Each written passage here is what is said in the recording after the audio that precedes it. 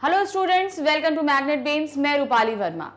आज हम पढ़ेंगे क्लास 12th की बुक आरोह भाग 2 का चैप्टर क्या है आपका, कैमरे में बंद अपाहिज।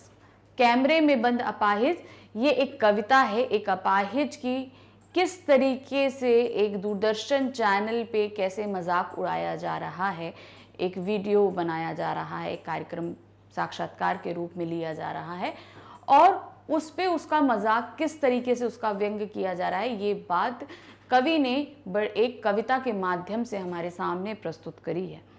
कवि है रूप सहाय जी। उन्होंने इस कविता के माध्यम से बताया है कि जो अपंग होते हैं उनकी अपनी ही तकलीफ होती है और फिर उन्हें सबके सामने लाकर फिर से शर्मिंदा करना बहुत ही गलत बात है। इसे इस कविता के माध्यम से बताया है कि साक्षात्कार में कैसे उसको तकलीफ दी जा रही है। चलिए शुरू करते हैं। सबसे पहले हम कविता पढ़ेंगे, फिर कविता के लाइनों का अर्थ समझेंगे और उसके बाद उसकी प्रसंग और व्याख्या को भी देखेंगे। तो कविता क्या है? हम दूरदर्शन पर बोलेंगे, हम समर्थ शक्तिवान। हम एक दुर्बल को लाएंगे एक बंद कमरे में, उससे पूछेंगे तो आप क्या अपाहिज हैं? वो आप क्यों अपाहिज हैं? आपका अपाहिजपन तो दुख देता होगा, देता है? कैमरा दिखाओ इसे बड़ा बड़ा। हाँ तो बताइए आपका दुख क्या है? जल्दी बताइए, वह दुख बताइए, बता नहीं पाएगा। तो अब ये एक साक्षात्कार शुरू हो रहा है। उसमें उससे पहले जो व्यक्ति बोलना करना शुरू कर रहा है वो उसके बारे में बताना शुरू कर रहे हैं। हम दूरदर्शन पर बोलेंगे अर्थात टेलीविजन पे। हम टेलीविजन पे एक कार्यक्रम में बोलेंगे, प्रसारित करेंगे। हम समर्थ शक्तिवान अर्थात जो किसी भी तरीके से विकलांग नहीं है, यानी हमको किसी भी हाथ पैर आंख नाक कान सब कुछ कार्य कर रहे हैं, यानी कि हमारा कोई भी अंग विक्षिप्त टाइप का नहीं है। हम वैसे समर्थ व्यक्ति दूरदर्शन पर बोलेंगे, एक दुर्बल को लाएंगे, यानी कि एक कमजोर, एक अपाहिज को लेकर आएंगे एक बंद कमरे के अंदर जहां पर यह साक्षात्कार लिया जाएगा। उस एक बंद कमरे के अंदर एक दुर्बल अपाहिज व्यक्ति को लेकर आएंगे, उससे पूछेंगे तो क्या आप अपाहिज हैं? फिर उससे जब हम प्रश्न पूछना शुरू करेंगे तो सबसे पहले पूछेंगे क्या आप अपाहिज हैं? वो आप क्यों अपाहिज हैं? पहला प्रश्न हम उससे पूछेंगे कि आप अपाहिज हैं, तो दूसरा पूछेंगे आप क्यों अपाहिज हैं, किस लिए? कोई अपाहिज अपनी खुशी से तो बनता नहीं है। तो ये प्रश्न इसी समय निरर्थक हो जाता है। ये एक तरीके से व्यंग है उन लोगों के ऊपर जो कि अपाहिजों का मजाक उड़ाते हैं, उनके बारे में छीटाकशी करते हैं। तो वही कवि यहां बोल रहे हैं कि उनसे पहला प्रश्न उसने अपाहिज से पूछा कि आप अपाहिज हैं, और उसके ऊपर दुष्टता दिखाते हुए वो दूसरा प्रश्न पूछ रहे हैं कि आप क्यों अपाहिज हैं? आपका अपाहिजपन तो दुख देता होगा, देता है। अब उससे जब दूसरा प्रश्न पूछा जाएगा, क्या होगा दूसरा प्रश्न? कि आपका अपाहिजपन यानी कि आपकी जो कमी है वो आपको कहीं ना कहीं तकलीफ देती है ना? बार बार उससे ये चीज पूछेंगे, उस दुर्बल आदमी से बार बार ये चीज पूछेंगे कि आपको ये अपाहिजपन यानी कि आपकी ये कमी आपको तकलीफ देती है या नहीं। कैमरा दिखाओ इसे बड़ा बड़ा। अब ये जो कोष्टक में दिया गया है ये लाइन बोली नहीं जाएगी, ये इशारों से बोली जाएगी कि इसको बड़ा बड़ा करके, उसका चेहरा, उसके भावों को बड़ा बड़ा करके दिखाओ कैमरे पर। हाँ तो बताइए आपका दुख क्या है? फिर उसके बाद नेक्स्ट क्वेश्चन पूछेंगे कि आपका दुख क्या है। अब उस अपाहिज के साथ में साक्षात्कार चल रहा है, उसके पास अब वो कुछ बोल नहीं रहा है, एक के बाद एक जो है उससे क्वेश्चन पूछे जा रहे हैं, मगर वो अपाहिज जो है वो कुछ बोल नहीं पा रहा। उससे क्या बोलेंगे कि क्या आपको दुख है वो बताइए, जल्दी बताइए, वो दुख बताइए, बता नहीं पाएगा। अब बार बार उससे जो है पूछा जाएगा बताइए आपको दुख क्या है, बताइए बताइए। अब वो व्यक्ति पहले ही एक तो कमी का शिकार है, ऊपर से टीवी में सामने बैठा हुआ है, तो उसको कुछ समझ में नहीं आ रहा, वो कुछ नहीं बोल पाता, वो कुछ बोलता ही नहीं। उस पे ऐसे सवाल उससे पूछे जा रहे हैं तो आखिरकार वो कुछ बता नहीं पाता है, वो कुछ नहीं बोलता। प्रसंग क्या है? प्रस्तुत काव्यांश हमारी पाठ पुस्तक आरोह भाग 2 में संकलित कैमरे में बंद अपाहिज शीर्षक कविता से लिया गया है। इस कविता के रचयिता रघुवीर सहाय हैं। इस कविता में कवि ने मीडिया की संवेदनहीनता का चित्रण किया है। कवि का कहना है कि मीडिया के लोग किसी ना किसी तरह से दूसरे के दुख को व्यापार के माध्यम बना लेते हैं, यानी कि जो दुख होता है उससे भी वो पैसा कमाते हैं। पैसा कैसे कमाते हैं? वो दिखाते हैं, शोज दिखाते हैं उनकी लाचारी का, और फिर उससे टीआरपी के जरिए वो पैसा कमाते हैं। तो कहीं ना कहीं जिस चीज से भी उनको पैसा बनता है वो पैसा बना ही लेते हैं। व्याख्या क्या है? कवि मीडिया के लोगों की मानसिकता का वर्णन करता है। कवि के मीडिया के लोग स्वयं को समर्थ व शक्तिशाली मानते हैं, यानी कि वो सभी तरह से संपन्न है इसलिए शक्तिशाली मान रहे हैं। वे ही दूरदर्शन पर बोलते हैं। अब वे एक बंद कमरे अर्थात स्टूडियो में एक कमजोर व्यक्ति को बुलाएंगे तथा उससे प्रश्न पूछेंगे, क्या आप अपाहिज हैं? यदि हैं तो आप क्यों अपाहिज हैं? क्या आपका अपाहिजपन आपको दुख देता है? ये प्रश्न इतने बेतुके हैं कि अपाहिज इनका उत्तर नहीं दे पाएगा, जिसकी वजह से वह चुप रहेगा। इसी बीच प्रश्नकर्ता कैमरे वाले को निर्देश देता है कि इसको, यानी कि अपाहिज को जूम करके, यानी कि स्क्रीन पे बड़ा दिखाने का मतलब कि उसको जूम कर लीजिए। फिर उससे प्रश्न पूछा जाएगा कि आपको कष्ट क्या है? अपने दुख को जल्दी बताइए। अपाहिज इन प्रश्नों का उत्तर नहीं देगा क्योंकि ये प्रश्न उसका मजाक उड़ाते हैं। सही बात है, ये प्रश्न बेतुके हैं कि आप अपाहिज क्यों हुए, कैसे हुए, आपको अपाहिज होकर कैसा महसूस होता है, तकलीफ होती है, दुख होता है, कष्ट होता है।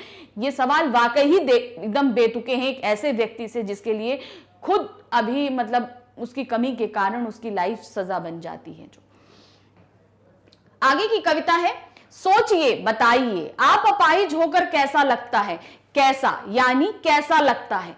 हम खुद इशारे से बताएंगे कि क्या ऐसा। सोचिए बताइए, थोड़ी कोशिश करिए, ये अवसर खो देंगे। आप जानते हैं कि कार्यक्रम रोचक बनाने के वास्ते हम पूछ कर उसको रुला देंगे। इंतजार करते हैं आप भी उसके रो पड़ने का। करते हैं, यह प्रश्न पूछा नहीं जाएगा। अब क्या है, जब उससे पूछा गया कि आपको क्या कष्ट है, ये वाकई कष्ट देता है, दुख होता है, तो वही कि आप सोचिए कि आपको क्या कष्ट है, बताइए। सोचिए और बताइए आपको अपाहिज होकर कैसा लगता है।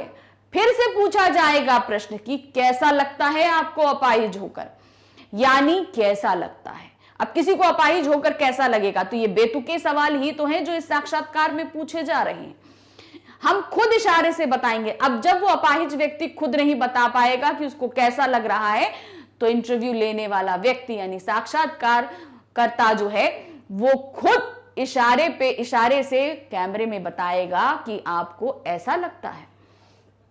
सोचिए बताइए, थोड़ी कोशिश करिए, यह अवसर आप खो देंगे। फिर उससे ये चीज बोली जाएगी, आप सोचिए आपको कैसा लगता है, बताइए, क्योंकि अगर आप एक बार ये अवसर खो देंगे तो ये दोबारा अवसर आपको नहीं मिलेगा। क्या अवसर? अपनी पीड़ा, अपनी तकलीफ कैमरे पे बताने की पीड़ा, दुनिया को बताने की पीड़ा, दुनिया को बताने का अवसर आपको दोबारा नहीं मिलेगा। ये बात पूछी नहीं जाएगी मगर उसे इशारों से ये चीज समझाई जाएगी कि जल्दी से कोई आंसर कीजिए कि आपको कैसा लग रहा है। आप जानते हैं कि कार्यक्रम रोचक बनाने के वास्ते, अब यहां पर ये चीज अंडरस्टूड है, बोली नहीं जा रही कि रोचक बनाने के वास्ते ये कार्यक्रम थोड़ा ज्यादा इंटरेस्टिंग बने, इसके लिए उससे बार बार प्रश्न पूछा जाएगा ताकि वो रो दे। इंतजार करते हैं आप भी उसके रो पड़ने का। अब यहां पर कवि जो है वो व्यंग कर रहा है। वास्तव में जो दर्शक हैं वो भी उस अपाहिज अपंग व्यक्ति के रो देने का इंतजार कर रहे हैं। तो ये यहां पर कवि का व्यंग्य है उन दर्शकों के लिए जो इस साक्षात्कार को देख रहे हैं, जो उस अपाहिज व्यक्ति के रोने का इंतजार करते हैं। यह प्रश्न पूछा नहीं जाएगा, मतलब आप भी इंतजार कर रहे हैं रोने का, यह प्रश्न पूछा नहीं जाएगा, लेकिन सही में होता यही है। अब इन पंक्तियों का प्रसंग जैसे कि पूरी कविता का एक ही रहेगा, व्याख्याएं इनकी अलग अलग जाएंगी। प्रसंग क्या है? प्रस्तुत काव्यांश हमारी पाठ पुस्तक आरोह भाग 2 में संकलित कैमरे में बंद अपाहिज शीर्षक कविता से लिया गया है। इस कविता के रचयिता रघुवीर सहाय हैं। इस कविता में कवि ने मीडिया की संवेदनहीनता का चित्रण किया है। कवि का कहना है कि मीडिया के लोग किसी ना किसी तरह से दूसरे के दुख को व्यापार का माध्यम बना लेते हैं। अब इसकी व्याख्या क्या होगी? इस काव्यांश में कवि कहता है कि मीडिया के लोग अपाहिज से बेतुके सवाल करते हैं। वे अपाहिज से पूछते हैं कि अपाहिज होकर आपको कैसा लगता है, यह बात सोचकर बताइए। यदि वह नहीं बता पाता तो वे स्वयं ही उत्तर देने की कोशिश करते हैं। वे इशारे करके बताते हैं कि क्या उन्हें ऐसा महसूस होता है। थोड़ा सोचकर और कोशिश करके बताइए। यदि आप इस समय नहीं बता पाएंगे तो सुनहरा अवसर खो देंगे। अपाहिज के पास इससे बढ़िया मौका नहीं हो सकता कि वह अपनी पीड़ा समाज के सामने रखे। मीडिया वाले कहते हैं कि हमारा लक्ष्य अपने कार्यक्रम को रोचक बनाना है और इसके लिए हम ऐसे प्रश्न पूछेंगे कि वह रोने लगे। मतलब खास तौर से उसको रुलाने के लिए ही ऐसे प्रश्न पूछे जा रहे हैं। ये समाज पर भी कटाक्ष करते हैं कि वे भी उसके रोने का इंतजार करते हैं। वह ये प्रश्न दर्शकों से नहीं पूछेंगे। तो ये कवि ने कटाक्ष किया है कि वाकई दर्शक भी जो है रोने का इंतजार कर रहे हैं। ये प्रश्न पूछा नहीं जा रहा, मगर ये बताया जा रहा है कि वाकई में सभी उसके रोने का इंतजार कर रहे हैं। आगे की पंक्तियां हैं, फिर हम पर्दे पर दिखलाएंगे फूली हुई आंखों की एक बड़ी तस्वीर, बहुत बड़ी तस्वीर, और उसके होठों पर एक कसमसाहट भी। आशा है आप उसे उसकी अपंगता की पीड़ा मानेंगे। एक और कोशिश, दर्शक धीरज रखिए, देखिए हम दोनों को संग रुलाने जा रहे हैं, आप और वह दोनों। कैमरा बस करो, नहीं हुआ रहने दो, पर्दे पर वक्त की कीमत है, जब मुस्कुराएंगे हम। आप देख रहे थे सामाजिक उद्देश्य से युक्त कार्यक्रम, बस थोड़ी सी कसर रह गई, धन्यवाद। तो ये इंटरव्यू भी खत्म हुआ और कविता भी खत्म हुई। तो पहले इसकी पंक्तियां का अर्थ देखते हैं। अर्थ क्या है इसका? फिर हम पर्दे पर दिखलाएंगे। अब वो आगे क्या बोलते हैं कि फिर पर्दे पर हम जूम करके, बड़ी बड़ी आंखें कैसे दिखलाएंगे कि हम उसको जूम करेंगे, सिर्फ उसकी आंखें जो है वो कैमरे पे दिखाई देंगी। पहले हम जूम करके उसकी बड़ी बड़ी सूजी सूजी आंखें दिखाएंगे कि किस तरीके से वो परेशान है, उन आंखों में किस तरह निराशा है, किस तरह की चिंता है। ये बात आंखों के सामने कैमरे को जूम करके दिखाएंगे। फिर उसके होठों की तरफ हम कैमरे को लेकर जाएंगे। वो कैमरा, जो व्यक्ति यहाँ बैठकर घबरा रहा है, उसके जो होठ हैं वो कांप रहे हैं, उन होठों को जूम करके दिखाया जाएगा और आपसे ये जो है उम्मीद की जाएगी, यानी कि दर्शकों से इस चीज की उम्मीद की जाएगी कि वो ये समझें कि ये उस अपंग व्यक्ति का दर्द है, उसकी पीड़ा है, ये उम्मीद की जाएगी। एक और कोशिश की जाती है, फिर से एक कोशिश की जाती है उस व्यक्ति को रुलाने की।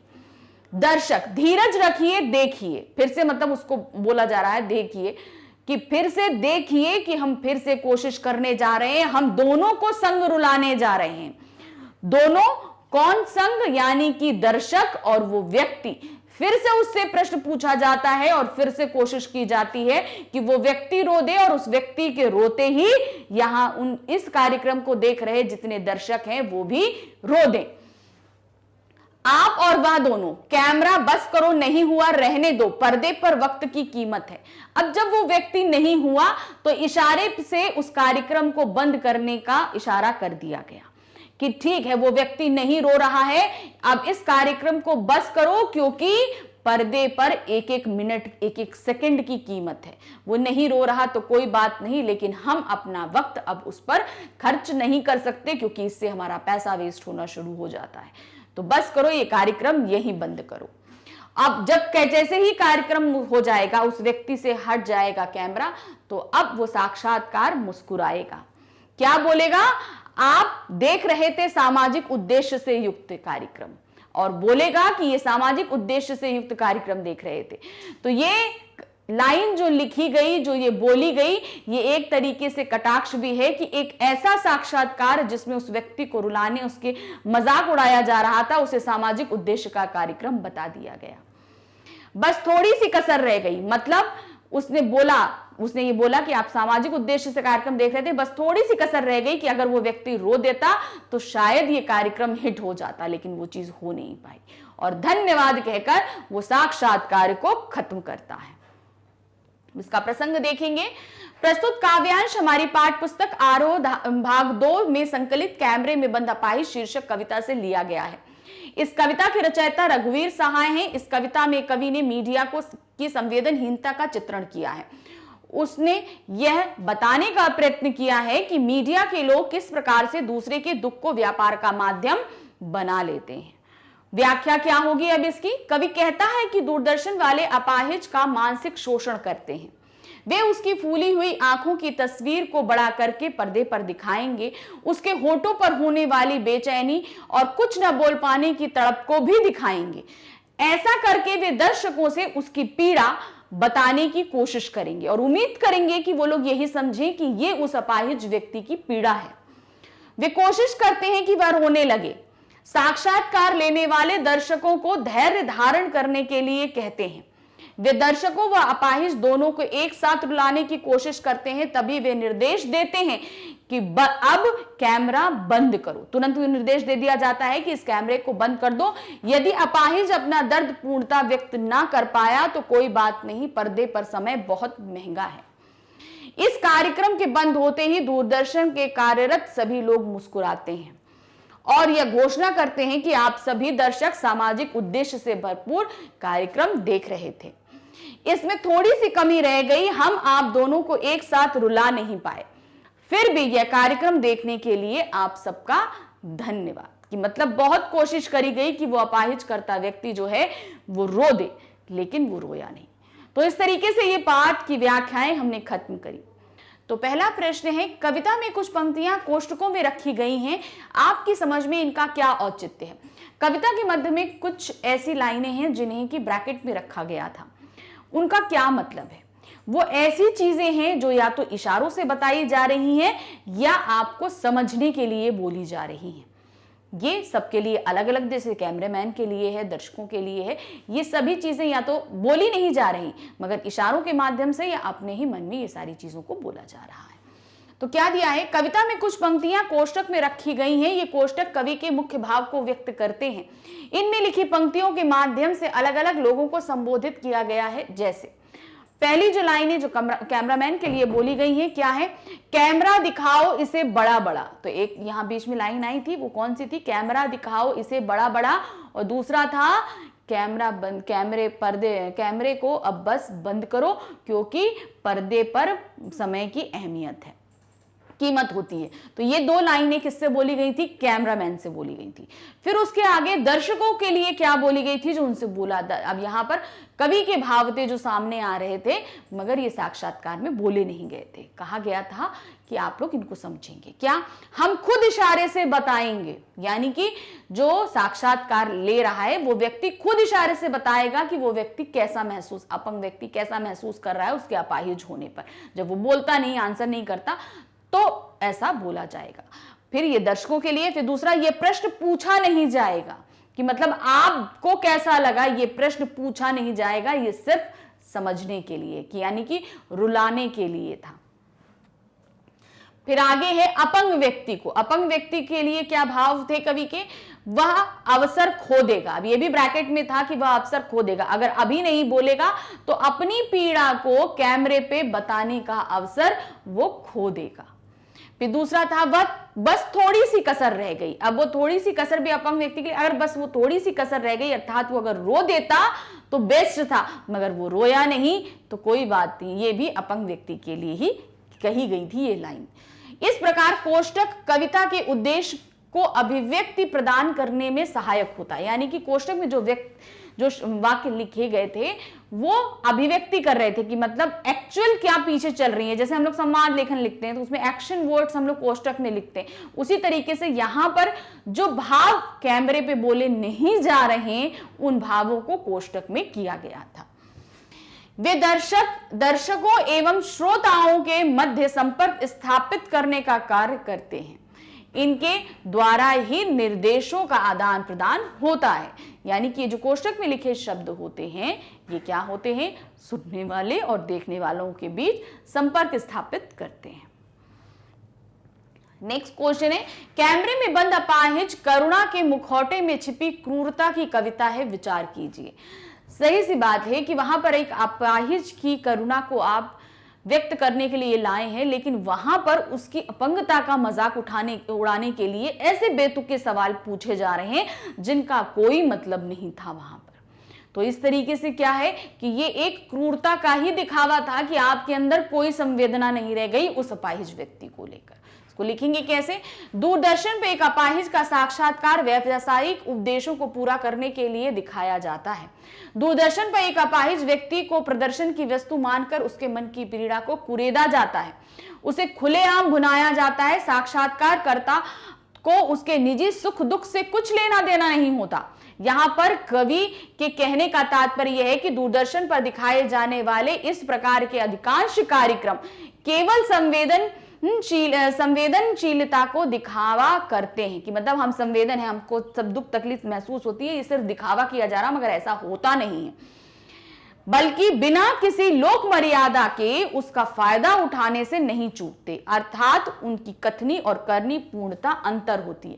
यानी कि उनका कहा गया, वो कह रहे हैं कि हम करुणा प्रकट कर रहे हैं उस अपाहिज व्यक्ति के लिए, लेकिन सिर्फ ऐसा कहा जाता है, ऐसा होता बिल्कुल भी नहीं है।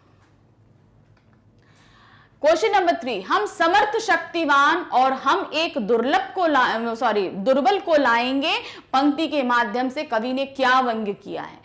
तो यहां पर जो इंटरव्यू लेने वाले हैं वो अपने आप को समर्थ मान रहे हैं क्योंकि उनके सभी अंग सही हैं, वो पैसे से संपन्न है, सब कुछ है। और दुर्लभ को लाएंगे अर्थात उस व्यक्ति के लिए जो अपंग है, शारीरिक अपंगता में है, गरीबी में है, और उस व्यक्ति का मजाक उड़ा रहे हैं। तो यहां पर एक ये कटाक्ष है कि किस तरीके से चीजों को बोला जा रहा है कि अपने आप को सब समर्थ समझ रहे हैं और उस व्यक्ति को दुर्लभ समझ रहे हैं। लेकिन अगर देखा जाए तो दुनिया की चुनौतियों, जीवन की चुनौतियों को उस व्यक्ति ने हम इन समर्थ व्यक्तियों से कहीं ज्यादा अच्छे तरीके से झेला है और उनको आगे कार्य भी किया है। तो क्या है? हम समर्थ शक्तिवान के माध्यम से कवि ने उन मीडिया कर्मियों पर व्यंग्य किया है जो स्वयं को समक्ष और शक्तिशाली मानकर अपाहिज व्यक्ति को दुर्लभ समझने का अहंकार पाले हुए हैं। ये सिर्फ उनका ईगो है कि अपने आप को शक्तिशाली समझ रहे हैं। वे समझते हैं कि वे किसी का भी भाग्य और परिस्थिति बदल सकते हैं। हम एक दुर्लभ को लाएंगे के माध्यम से लाचारी, असमर्थता का भाव प्रदर्शित होता है। साक्षात्कारकर्ता किसी भी बेबस और लाचार व्यक्ति को लाकर उससे तरह तरह के सवाल पूछकर उसका तमाशा बना सकता है, उसकी मजबूरी को मनोरंजन का साधन बना सकता है। तो ये एक कटाक्ष, एक व्यंग्य ही था कवि का मीडिया कर्मियों के लिए। नेक्स्ट क्वेश्चन है, यदि शारीरिक रूप से चुनौती का सामना कर रहे व्यक्ति या दर्शक दोनों एक साथ रोने लगेंगे तो उससे प्रश्नकर्ता का कौन सा उद्देश्य पूरा होगा? तो जाहिर सी बात है प्रश्नकर्ता का उद्देश्य ये पूरा होगा कि ये बंध रहे हैं आपस में और लोग जो है वो कनेक्ट हो रहे हैं इस व्यक्ति के साथ, और जब कनेक्शन होता है तो उनकी टीआरपी में भी बढ़ोतरी होती है। पैसा कमाने का जो उद्देश्य होता है वो उनका पूर्ण होता है। क्या दिया है? और ज्यादा वो रोचक बन जाती है चीजें और उसको ज्यादा रुलाने, ऐसे सवाल पूछे जाते हैं जिससे वो और संवेदनशील हो और वो और रोने लगे। तो ये काफी हद तक उनका जो जिस पर्पस से ये काम किया गया है इंटरव्यू, वो पूरा होता है। यदि शारीरिक रूप से चुनौती का सामना कर रहे व्यक्ति और दर्शक दोनों एक साथ रोने लगेंगे तो उससे प्रश्नकर्ता लोगों का ध्यान कार्यक्रम की तरह आकर्षित कर पाएगा। उनका कार्यक्रम देखने के लिए ज्यादा से ज्यादा लोग प्रेरित होंगे। प्रसारण समय में रोचक सामग्री परोस पाना ही मीडिया कर्मियों का एकमात्र उद्देश्य होता है। इससे धन और यश दोनों की प्राप्ति होती है।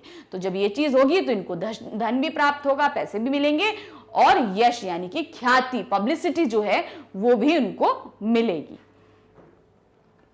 नेक्स्ट क्वेश्चन है, पर्दे पर वक्त की कीमत है कहकर कवि ने पूरे साक्षात्कार के प्रति अपने नजरिया किस रूप में रखा है? यानी कि आपने मीडिया के लिए कवि ने ये चीज रखी है कि उनका उद्देश्य टीवी पर दिखाने का एक होता है सिर्फ धन कमाना। जिस व्यक्ति को लेकर आए हैं, जिससे लेकर आए हैं, उससे उनका कोई सरोकार नहीं है, दुख से, तकलीफ से किसी भी तरह का सरोकार नहीं है। सिर्फ कैमरे पर वक्त की कीमत है। ये बताया जा रहा है कि वो सिर्फ और सिर्फ पैसे की तरफ भागते हैं। इस चीज का कवि ने हमको बताया है कि ऐसा फीलिंग्स उन लोगों के अंदर होती है, वो सिर्फ यही चाहते हैं। प्रसारण के समय में रोचक सामग्री परोसना ही मीडिया कर्मियों का एकमात्र उद्देश्य होता है। प्रसारण के समय कार्यक्रम को अधिक से अधिक लोकप्रिय बनाने के लिए वे सभी उचित और अनुचित हथकंडे आजमाते हैं। उन्हें किसी भी पीड़ा को कम नहीं बल्कि बढ़ा चढ़ाकर कुरेद कर दिखाने की आदत होती है। भाई कुरेदेंगे नहीं तो भाई कैसे उनकी ज्यादा टीआरपी बढ़ेगी, लोग ज्यादा देखेंगे। तो वही चीज है, जितनी भी तकलीफ है उसको आप कुरेदिए ताकि वो ज्यादा रोचक बने और ज्यादा से लोग उसको देखें। मीडिया कर्मी को सिर्फ व्यावसायिक उद्देश्य पूरा करने से सरोकार होता है, वो निर्माण की पूरी कीमत वसूल करना चाहता है। किसी की पीड़ा को व्यावसायिक रूप में देकर वह सामाजिक जिम्मेदारी की पूर्ति का दिखावा मात्र करते हैं। मतलब यहाँ किसी की लाचारी का मजाक उड़ा रहे हैं, किसी की बेबसी का जो है खिल्ली उड़ा रहे हैं, किसी की पीड़ा का दिखावा कर रहे हैं, लेकिन ऐसा होता कुछ भी नहीं है। उनका सिर्फ एकमात्र उद्देश्य है धन कमाना। नेक्स्ट क्वेश्चन है, यदि आपको शारीरिक चुनौती का सामना कर रहे किसी मित्र का परिचय लोगों से कराना हो तो किन शब्दों में कराएंगी? यानी कि अगर आपका कोई व्यक्ति, कोई भी मित्र है, कोई भी आपका जानने वाला है जो शारीरिक रूप से थोड़ा अक्षम है, तो उसका आप परिचय किसी दूसरे से कैसे कराएंगे? उसकी कमियां तो नहीं गिनाएंगे, जाहिर सी बात है, उसने जो जो चीजें अचीव करी हैं उस तरीके से। तो ये आपको अपने शब्दों में लिखना है और कोशिश करिएगा बहुत अच्छे से लिखने के लिए। कैसे है इसका आइडिया हम आपको जरूर देंगे। कैसे लिखेंगे आप? ये मेरे मित्र प्रकाश जी मेरे पड़ोसी हैं। अब आप साक्षात्कार करा रहे हैं, ये मेरे मित्र प्रकाश जी मेरे पड़ोसी हैं। जन्म से ये अपाहिज है, किंतु इन्होंने कभी भी इसे अपनी कमजोरी नहीं बनने दिया, बल्कि पढ़ाई, कंप्यूटर आदि क्षेत्र में महारत हासिल करके अपनी उम्र के अन्य छात्रों से आगे निकल गए और अपने अथक परिश्रम के बल पर क्षेत्र में कंप्यूटर प्रशिक्षण संस्थान की स्थापना की। आज ये दूसरों के लिए प्रेरणा स्रोत है। तो क्या है, वो व्यक्ति जो शारीरिक रूप से अक्षम था, उसकी जो क्वालिटी, जो उसने अचीव किया है, जो उसकी क्वालिटीज हैं, उनको आप बताइए, अचीवमेंट्स को बताइए, और उसने मुश्किल रास्ते कैसे बहादुरी के साथ पार किए, ये चीज बताइए। और जब वो ऐसा कर ले तो उसने क्या, अब इस समय वो किस मुकाम पे है, इस चीज को भी अच्छे से बताइए। नेक्स्ट है क्वेश्चन नंबर 7, सामाजिक उद्देश्य से युक्त ऐसे कार्यक्रम को देखकर आपको कैसा लगेगा? अपने विचार संक्षेप में लिखिए। आप अगर इस तरीके के कार्यक्रमों को देखेंगे तो आपको कैसा महसूस होगा, इसे आपको अपने विचार में लिखना है। कैसे लिखेंगे? सामाजिक उद्देश्य से युक्त ऐसे कार्यक्रमों को देखकर मुझे कार्यकर्ता के अमानवीय व्यवहार पर घिन आएगी। मतलब आप बोल तो रहे हैं सामाजिक उद्देश्य से कार्यक्रम, लेकिन यहां पर आप किसी व्यक्ति की पीड़ा, लाचारी का मजाक उड़ा रहे हैं, उससे पैसे कमाने का जरिया बना रहे हैं, तो ये जाहिर सी बात है, घिन की ही बात है। और पीड़ित के मनोभावों को समझकर उसे दुखद अनुभूति होगी। मैं जागरूक नागरिक के तौर पर इसका विरोध करूंगा। तो यानी कि मैं ऐसे किसी भी कार्यक्रम को जो है पसंद नहीं करूंगा। नेक्स्ट क्वेश्चन है, यदि आप इस कार्यक्रम के दर्शक हैं तो टीवी पर ऐसे सामाजिक कार्यक्रम को देखकर एक पत्र में अपनी प्रक्रिया दूरदर्शन निदेशक को भेजें।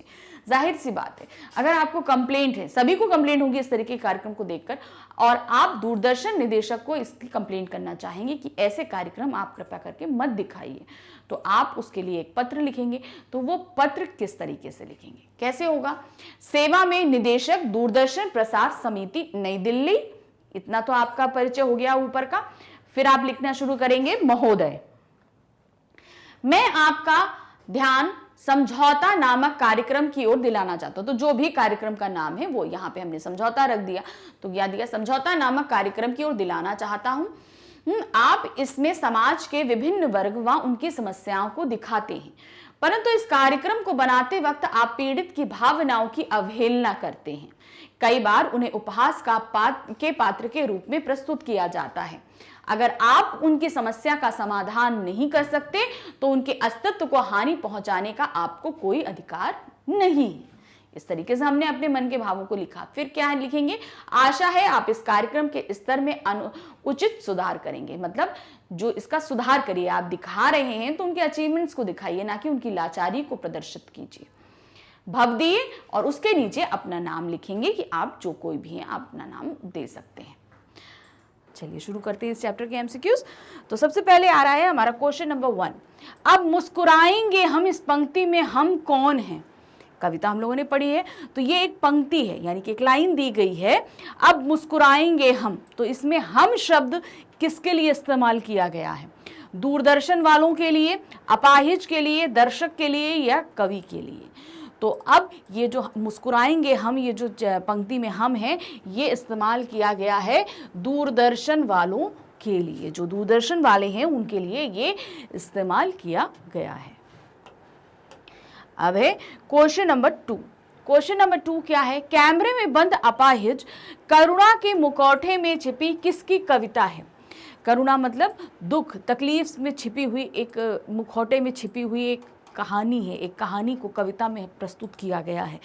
तो वो जो किसकी कहानी, क्या चीज़ बयां कर रही है उसमें, जैसे आपने ये देखी है कविता पढ़ी है कि किस तरीके से एक अपाहिज व्यक्ति की हंसी उड़ाई जा रही है, उसको कैसे उसके दर्द को उभारने कैसे तरह तरह के क्वेश्चन पूछे जा रहे हैं कि वो बेबस है, एकदम लाचार है, कुछ कह नहीं पा रहा है।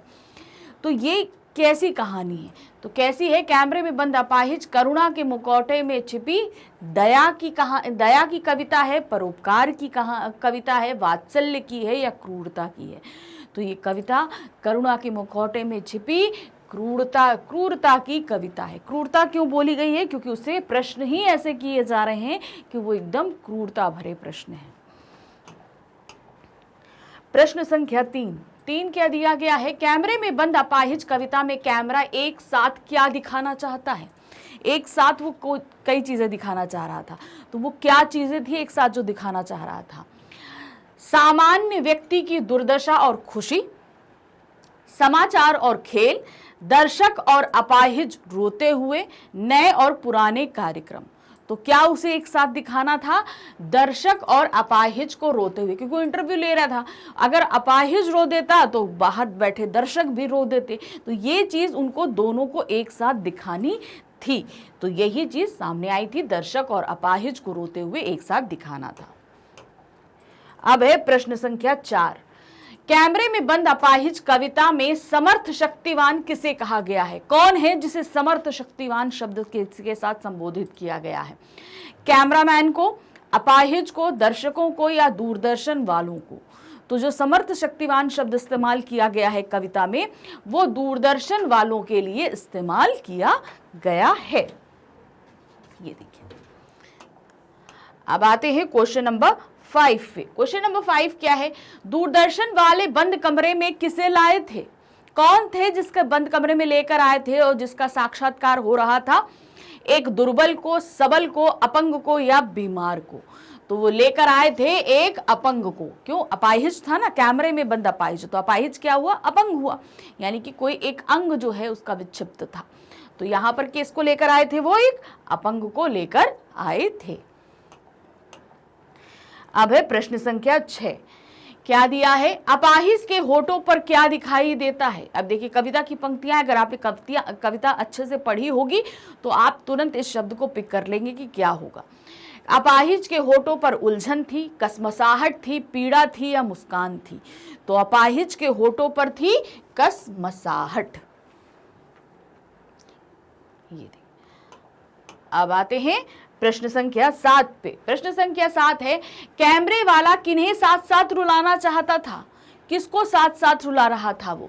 नायक नायिका को, भाई बहन को, अपाहिज दर्शक को, सखा सखी को? तो किसको रुला रहा था वो साथ साथ? अपाहिज और दर्शक को। जिस अपंग का साक्षात्कार लिया जा रहा था उसे, और उस साक्षात्कार को जो लोग देख रहे थे यानी कि दर्शक, उनको, उन दोनों को ही साथ रुलाना चाह रहा था। अब है प्रश्न संख्या 8। प्रश्न संख्या 8 में क्या है? कैमरे में बंद अपाहिज कविता के कवि कौन है? ये जो कविता हमारे सामने रखी गई है इसके कवि कौन हैं? रघुवीर सहाय, रघुवीर सिंह, रघुवीर प्रसाद या रघुवीर प्रकाश? तो यहाँ पर कैमरे में बंद अपाहिज कविता के ये जो कवि हैं वो है रघुवीर सहाय जी।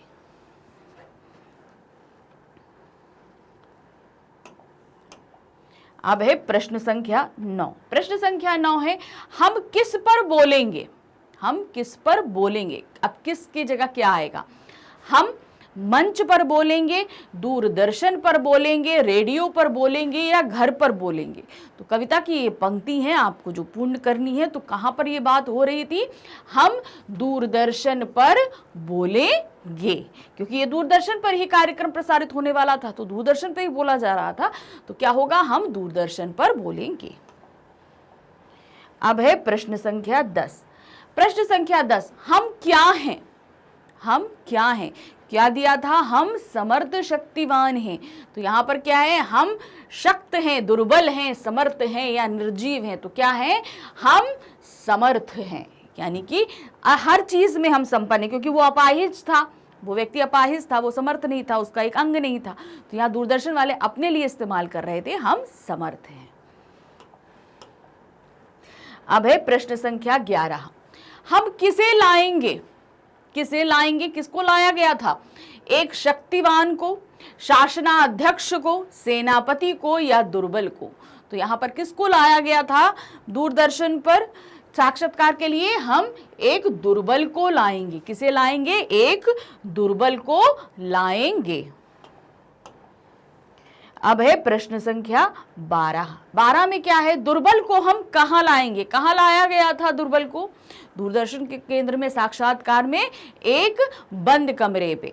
तो सही क्या है? दुर्बल को एक बंद कमरे में लाएंगे, लाया जाएगा, जहां पर उसका साक्षात्कार। देखिए, कविता अगर आपने पढ़ी है तो ये पंक्तियां फटाफट आप सॉल्व कर लेंगे, बिल्कुल भी टाइम आपको नहीं लगेगा इसको करने में। अब है प्रश्न संख्या 13। प्रश्न संख्या 13 क्या है? हम दूरदर्शन पर क्या बोलेंगे? क्या चीज बोलेंगे? हम असक्त और अज्ञानी हैं, हम बेकार और बेकरार हैं, हम समर्थ और शक्तिवान हैं, हम अपंग और लाचार हैं। तो क्या बोलेंगे हम दूरदर्शन पे? हम किसके लिए इस्तेमाल किया गया था? दूरदर्शन वालों के लिए। और दूरदर्शन वाले अपने आप को क्या बोल रहे थे?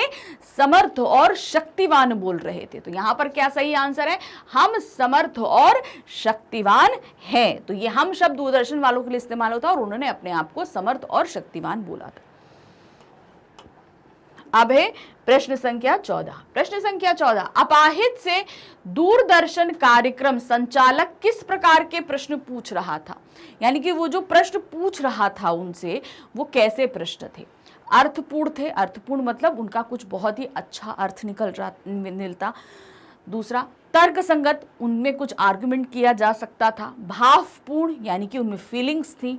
या अर्थहीन, यानी कि एकदम अर्थहीन। तो उसे कैसे, आप अपंग हैं, आप अपंग कैसे हुए? आपको अपंग होकर कैसे लगता है? तो इस तरीके के जो प्रश्न पूछे जा रहे थे वो एकदम अर्थहीन थे।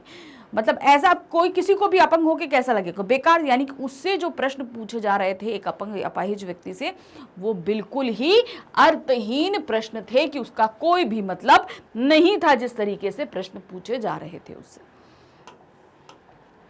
अब है प्रश्न संख्या 15। प्रश्न संख्या 15, अपाहिज क्या नहीं बता पाएगा? कविता में क्या था? आप कविता देखोगे तो उसमें समझ में आएगा।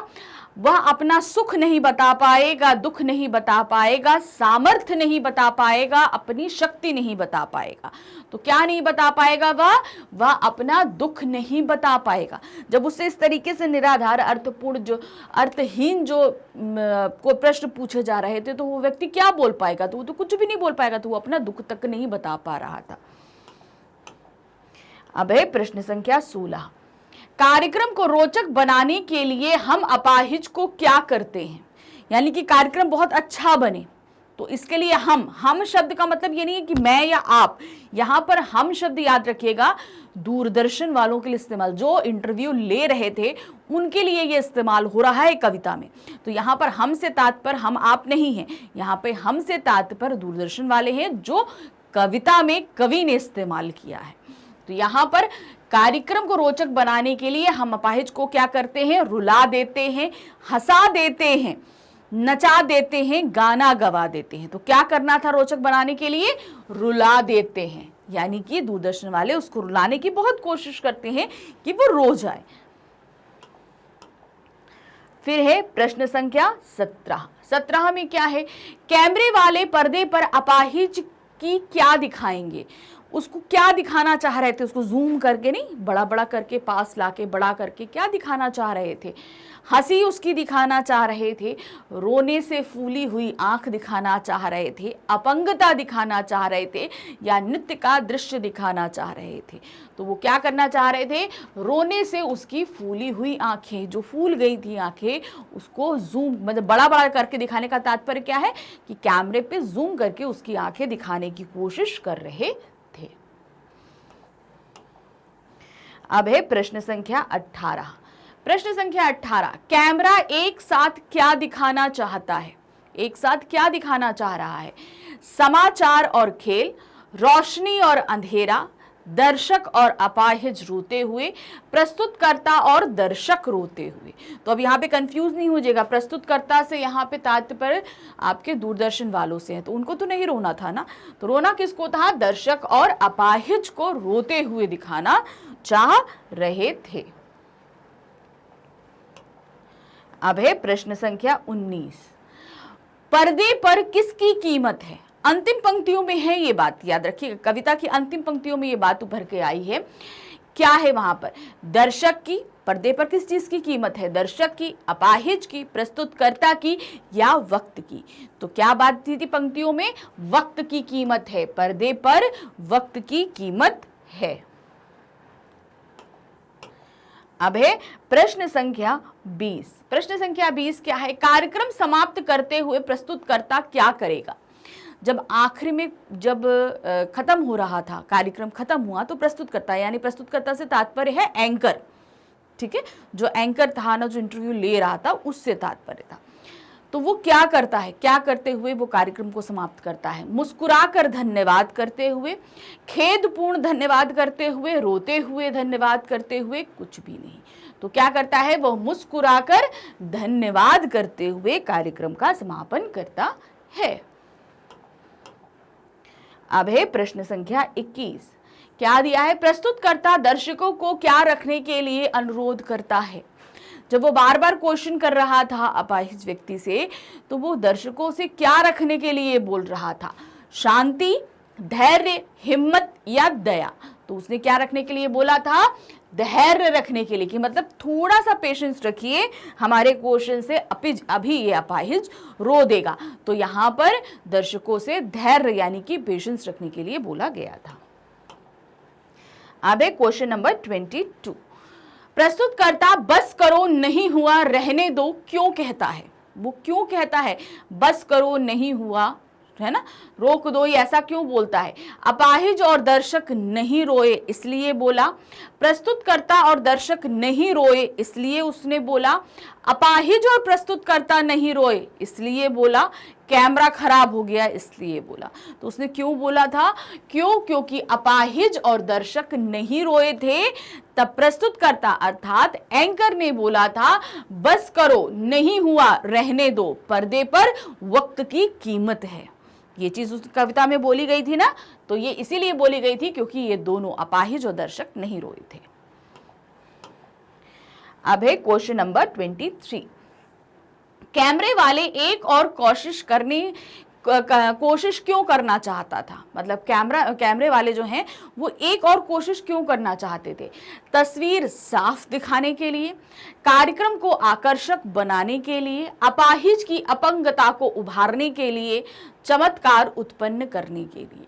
तो वो किस चीज की कोशिश करना चाह रहे थे? अपाहिज की अपंगता को उभारने के लिए।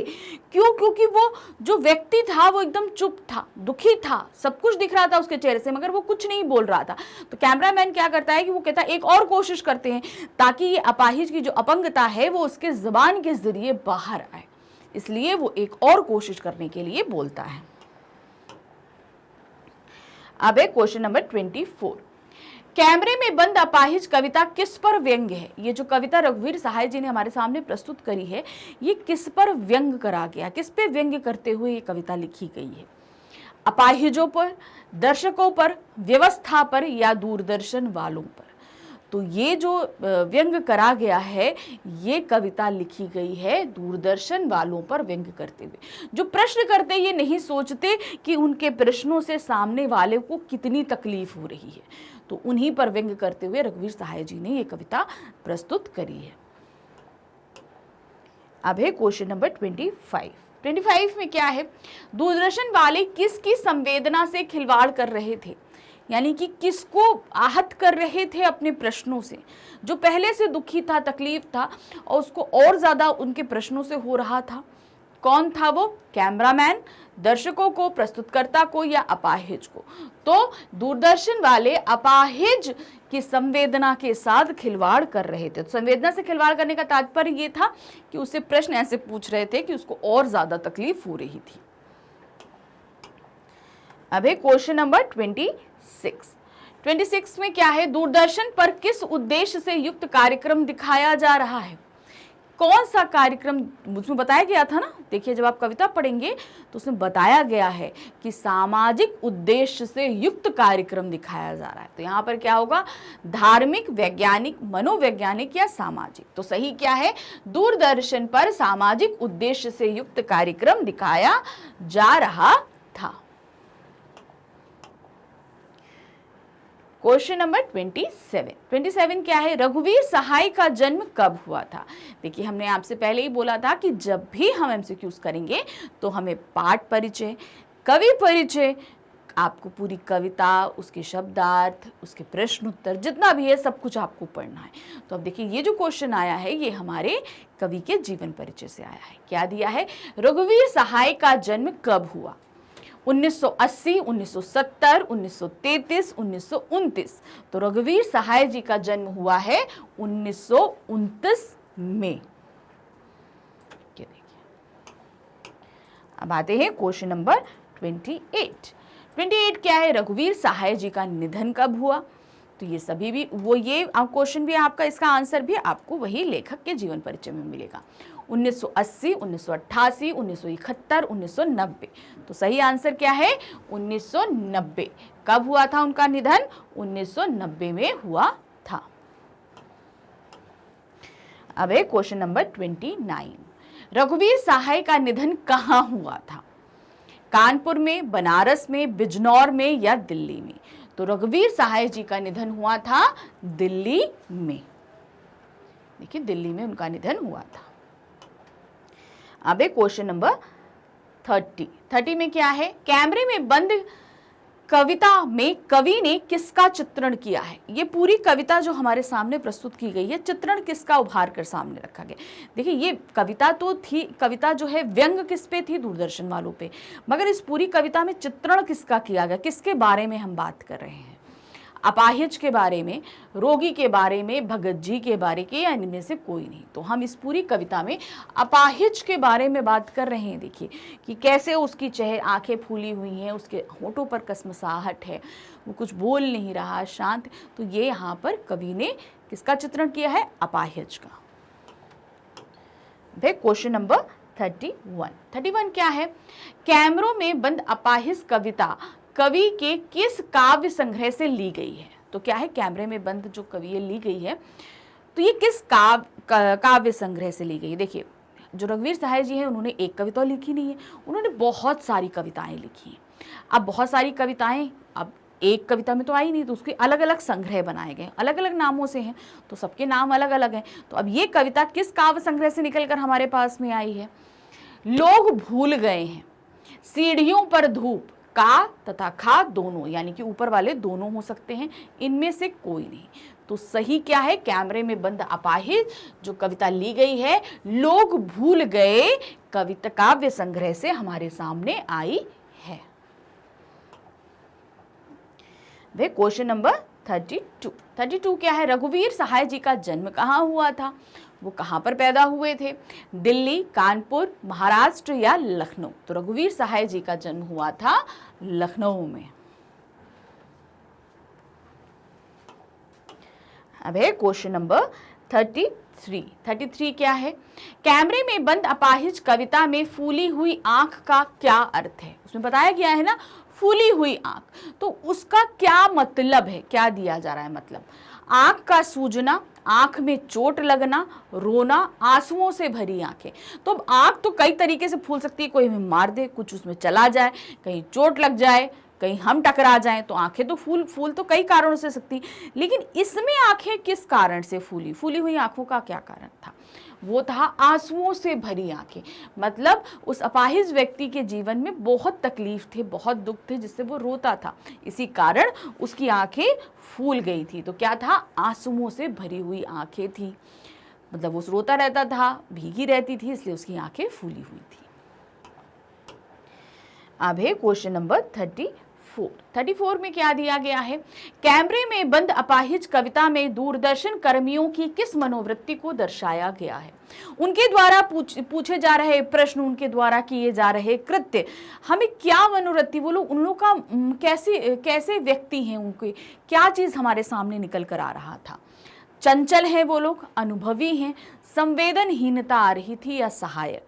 तो क्या आ रहा था? संवेदनहीनता, मतलब उनके अंदर बिल्कुल भी संवेदनाएं नहीं थी। कोई व्यक्ति तकलीफ में है, आप उसका दुख बांटने की बजाय आप उसको ऐसे प्रश्न पूछ रहे हो जिससे उसकी तकलीफ, उसका दर्द बढ़ता जा रहा था।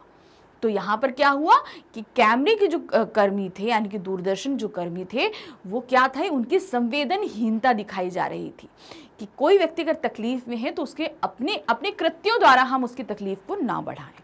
तो यहाँ पर क्या है? कैमरे में बंद अपाहिज कविता में दूरदर्शन कर्मियों की संवेदनहीनता की मनोवृत्ति को दर्शाया गया है।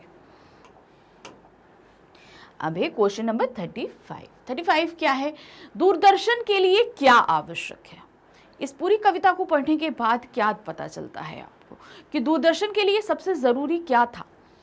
आलोचना करना, किसी की, मतलब किसी की बुराई करना कि उसके अंदर ये खामी है, ये बताना, उसकी हंसी उड़ाना, उसकी संवेदनाओं को व्यक्त करना, यानी कि उसको क्या तकलीफें हैं ये सामने करना, या रोचक कार्यक्रम बनाना। तो दूरदर्शन के लिए जो सबसे ज्यादा जरूरी था वो था रोचक कार्यक्रम बनाना, क्योंकि रोचक कार्यक्रम बनाएंगे तभी तो लोग देखेंगे, उनकी टीआरपी बढ़ेगी, उनको पैसे मिलेंगे, ये सभी चीजें होंगी।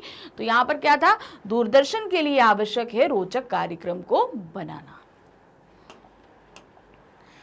अब है क्वेश्चन नंबर 36 क्या है? कैमरे में बंद अपाहिज कविता में किस प्रकार की भाषा का प्रयोग किया गया है? कैसी भाषा है जो इसमें प्रयोग करी जा रही है? अंग्रेजी भाषा है, उर्दू है, सहज सरल और सामान्य है, या कठिन है? तो कैसी भाषा इस्तेमाल की गई है? सहज, सरल और सामान्य। आप कविता को देखेंगे, पढ़ेंगे, कहीं पे भी मुश्किल वर्डिंग नहीं है, बहुत ही सरल है, एकदम एक साथ, जैसे हम नॉर्मल लैंग्वेज में बात करते हैं ऐसे शब्दों का इस्तेमाल किया गया है, मगर बहुत ही अच्छे तरीके से शब्दों को पिरोया गया है, सामान्य तरीके से रखा गया है। तो क्या है, इस कविता में जो भाषा इस्तेमाल की गई है वो सहज है, सरल है और सामान्य भाषा इस्तेमाल की गई है। क्वेश्चन नंबर है 37 क्या है? कैमरे में बंद अपाहिज कविता किस छंद से रचित है? तो आप सभी को पता है कि छंद कई तरीके के होते हैं, मुक्त छंद होते हैं, आपके छंद युक्त, छंद मुक्त होते हैं।